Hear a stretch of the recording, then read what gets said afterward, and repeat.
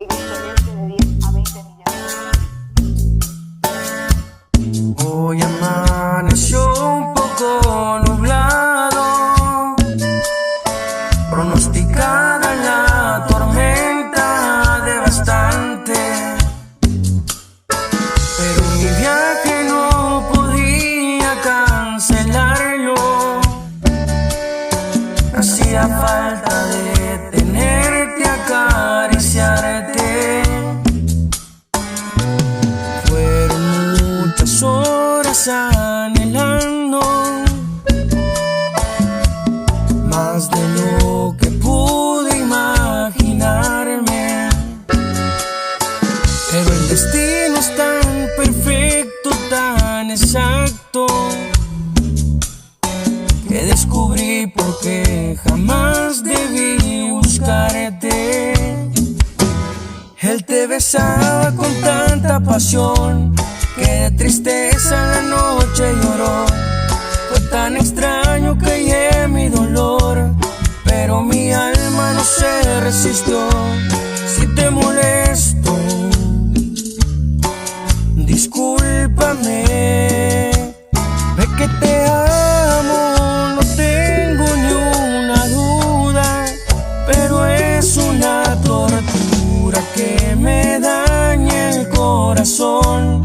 Mejor me marcho con rumbo a mi fortuna, pidiéndole a la luna que te llene de ilusión, para que siempre seas feliz y después de la tormenta sea yo.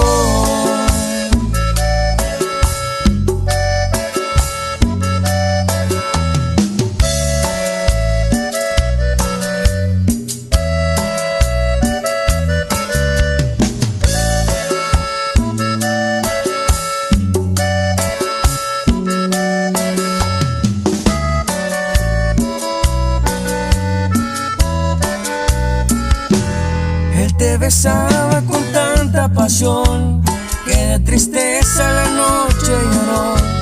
Fue tan extraño que hallé mi dolor, pero mi alma no se resistió. Si te molesto, discúlpame. Ve que te amo, no tengo ni una duda, pero es una tortura que me daña el corazón.